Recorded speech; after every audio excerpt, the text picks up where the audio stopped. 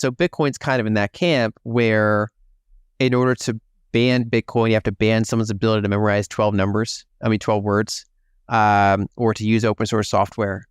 And so the United States has the most kind of economic capacity to go after Bitcoin, but they also have the most checks and balances that can prevent them from doing that. I mean, until recently, during this whole multi-week period where there was no Speaker of the House, the acting Speaker of the House, he actually runs the Bitcoin white paper on Congress's website.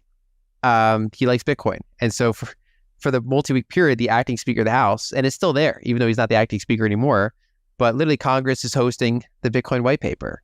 Renowned macro analyst and investment strategist Lyn Alden says she has gotten even more bullish on Bitcoin, the world's largest cryptocurrency by market cap. Alden is a prominent member of the Bitcoin community and has for the past 3 years been very bullish on Bitcoin, a crypto asset she has consistently and positively spoken about since 2020. But now Alden says she has gotten even more bullish, something one would have thought impossible for someone who has spent years researching and educating people about the many qualities of the leading cryptocurrency. The reason for Alden's renewed vigor and belief in the success and inevitability of Bitcoin is not far-fetched. She recently published her first book, Broken Money, a thought-provoking text that explores the history of money through the lens of technology. In the book, Alden explores the broken state of the current fiat-based global financial system and how it is impoverishing billions of people around the world while continuously and rapidly enriching the top 1%.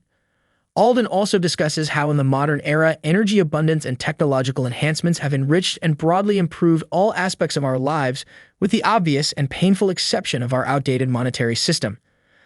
According to Lyn Alden, the time has come for us to permanently change that and move from a debt-based, overly inflated, failing monetary system to one that supports scarcity and deflation, decentralization and ease of payments and settlements via a powerful digital network. Bitcoin, of course, checks all of these boxes and more. With the leading crypto's rising popularity in all corners of the world, coupled with the current very gloomy macro picture, Alden believes the United States and the rest of the world are drawing closer to a Bitcoin standard era, an era during which we will see an explosive increase in the global adoption of Bitcoin and an even more explosive increase in the crypto asset's price.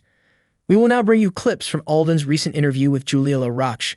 Please ensure you watch the video to the end so you don't miss any important details. You can also help with the YouTube algorithm and support the channel's growth with a few simple actions. Please click the like button, subscribe to the channel, and turn on post notifications for more videos featuring Alden and other brilliant minds. Thanks and enjoy the video. So as mentioned before, Bitcoin challenges the existing structure because Bitcoin and then to some extent stable coins, they just go around financial borders in a way that prior monies don't. And that is both an opportunity and a kind of a risk from these different countries' perspective. And so basically what we're seeing in the past almost 15 years is just greater and greater monetization. I'm not aware of any other asset that has fallen 75 or 80% in price or more as many times as Bitcoin did and bounced back to new highs and just kind of kept going from there.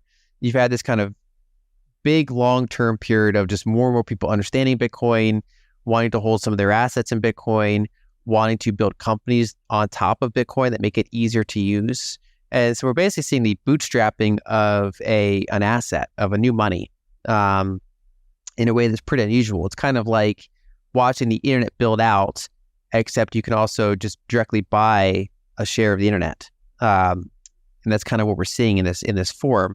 And so my long-term projection is, basically expecting to see greater and greater liquidity, greater and greater market cap in a volatile way.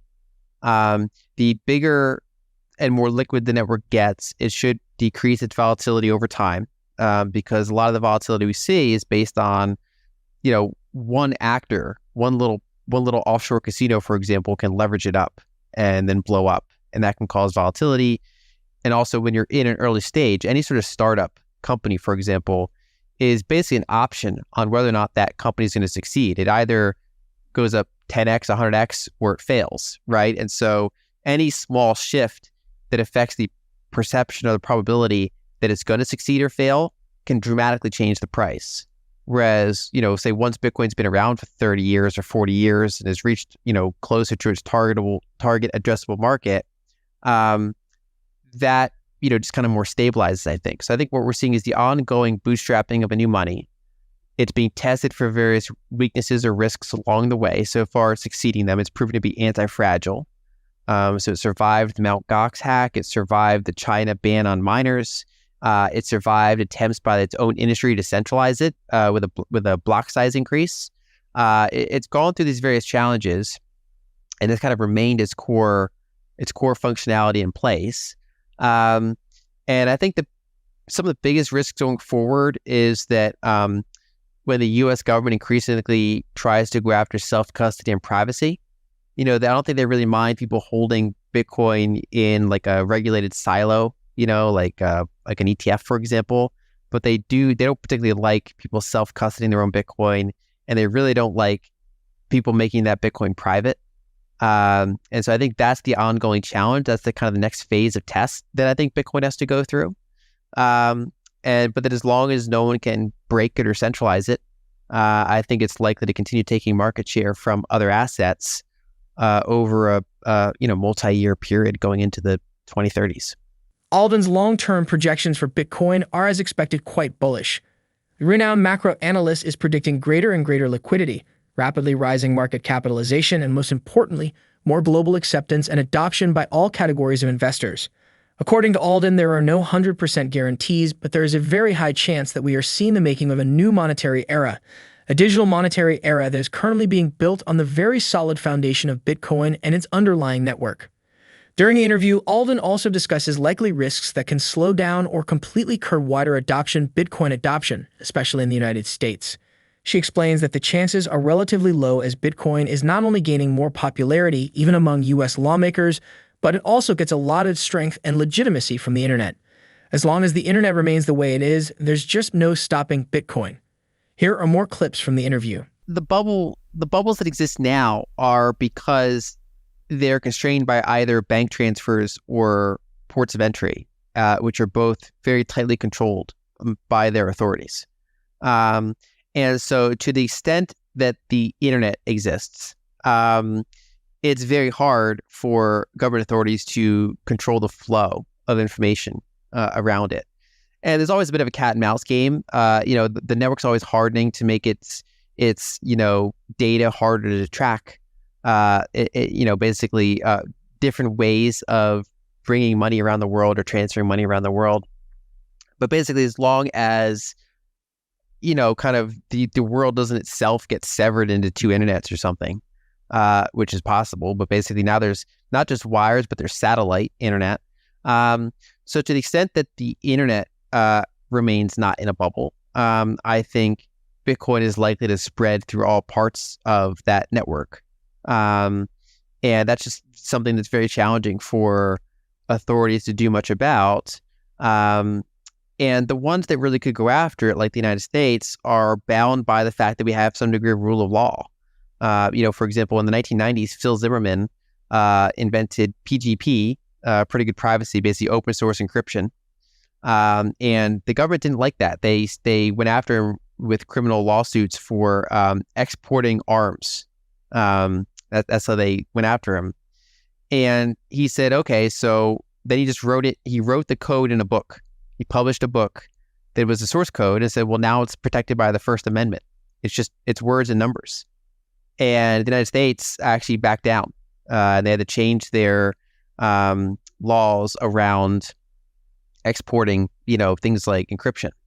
And there's also a case where people would put code, like encryption-based code, on a T-shirt, and the T-shirt would say, "This T-shirt cannot be exported. It's dangerous munitions."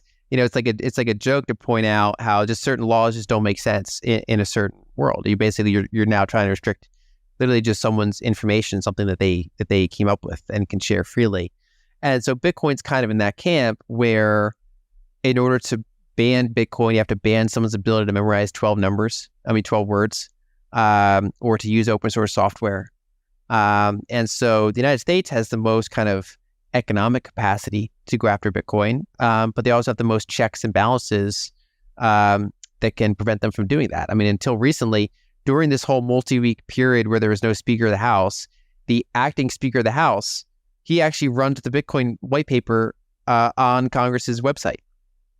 he likes Bitcoin. And so for the multi-week period, the acting Speaker of the House, and it's still there, even though he's not the acting Speaker anymore, but literally Congress is hosting the Bitcoin white paper. And there's multiple pro-Bitcoin senators and congressmen and presidential candidates.